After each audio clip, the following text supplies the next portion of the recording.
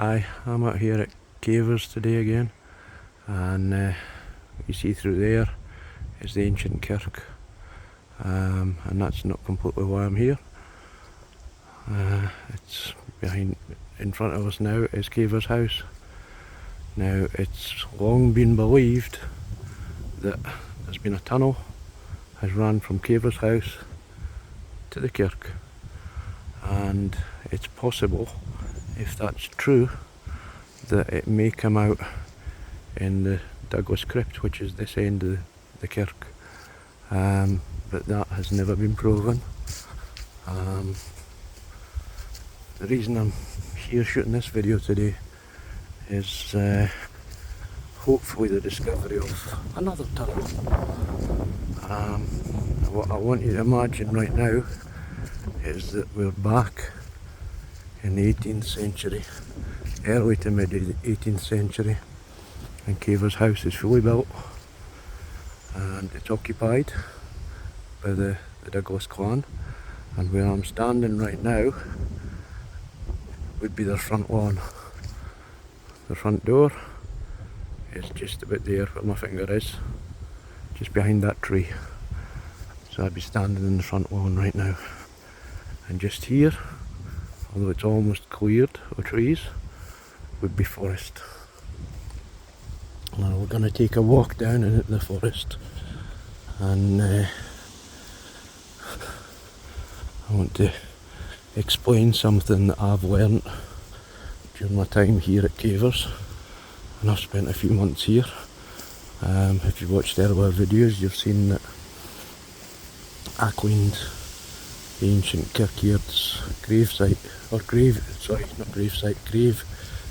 the gravestones within it. And during that time I did a lot of learning and a lot of studying about the history of Cavers. Anyway, right now I believe we would be entering the forest area. This tree here, this beech, I think it's a beech, looks to be a couple of hundred years old. So if I'm right, which obviously I don't know, I know very little about trees, but if it is a couple of hundred years old, then it would have been here during the 18th century. So I'm walking through the forest area, and what I read at one point during my trying to learn about Cavers was written by a man who, I don't remember his name. In fact, I don't even think his name was on the piece of paper I read, but he wrote how he was coming through the forest from Cavers house in search of a tunnel, and in his search he had to search out 2 stones which marked the entry point to the tunnel.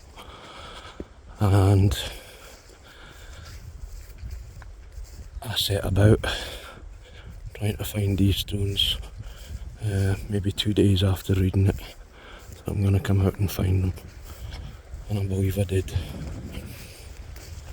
So I'm going to pause you at the moment. I'm going to go over it in this field here, and I'll restart the video there. Okay, so I'm in the field now.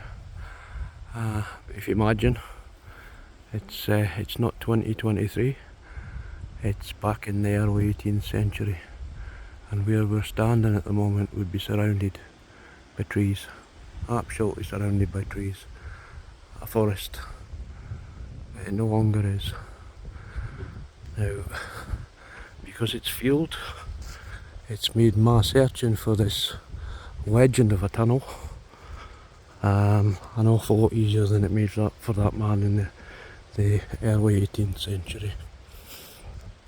Now what he wrote, hang on, before I say that, as you can see as we're walking along, I'm walking on top of a ridgeway here, and this ridgeway looks very much tunnel-like to me, almost as if there's a tunnel buried underneath it.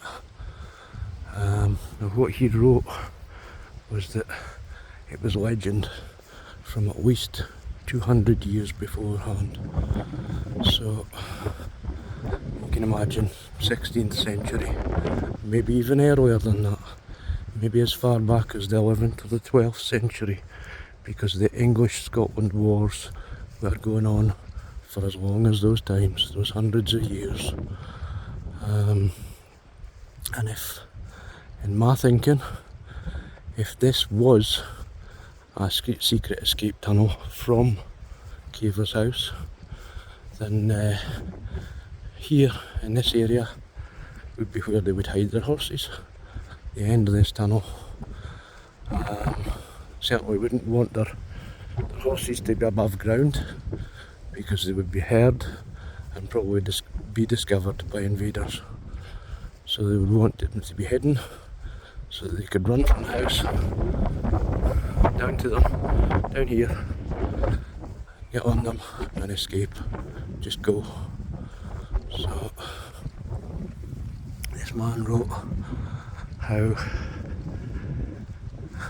it had been legend from at least 200 years beforehand, and he was travelling through the woods to find these two stones, and he wrote how he was standing eventually in between the two stones, and he was looking downhill, and where he was looking downhill, he said that he couldn't find the entrance because of the overgrowth from the trees, leaves that had fallen. You have to excuse the wind, folks, hang on. Yeah, I've come across the fence here, or rather over the gate there, just to pause it while the wind was blowing as strong as it was. Yeah, he'd found two stones, 1, 2. So there's the two stones, and the possible entrance to the tunnel is around here somewhere. And he said that he had looked downhill from here and couldn't see the entrance because of the overgrowth from the trees. So if you imagine, we're surrounded by trees right now.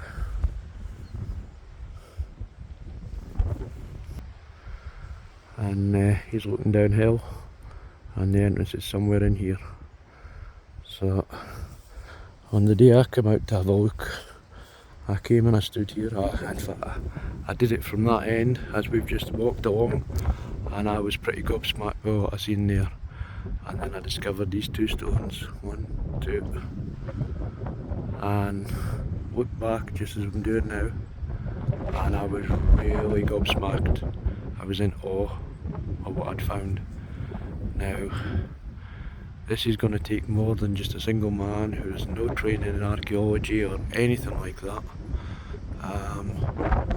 It's going to take for me to pass this on to the archaeological team, or the archaeological society, or whatever they're called, so that they can hopefully be interested enough to come out and investigate this. Because this, to me, if it is right, and only if it is right, it's not just a local interest. To me, it's of national interest as well. So I'll take a walk back along there, and I'll end the video and I'll let you judge for yourselves. I'll just pause it now while I get over this fence. Okay, so I'm over the other side of the fence now. Just take a walk along and zoom in. I've absolutely loved the time I've spent up here at Caver's. If you haven't seen videos,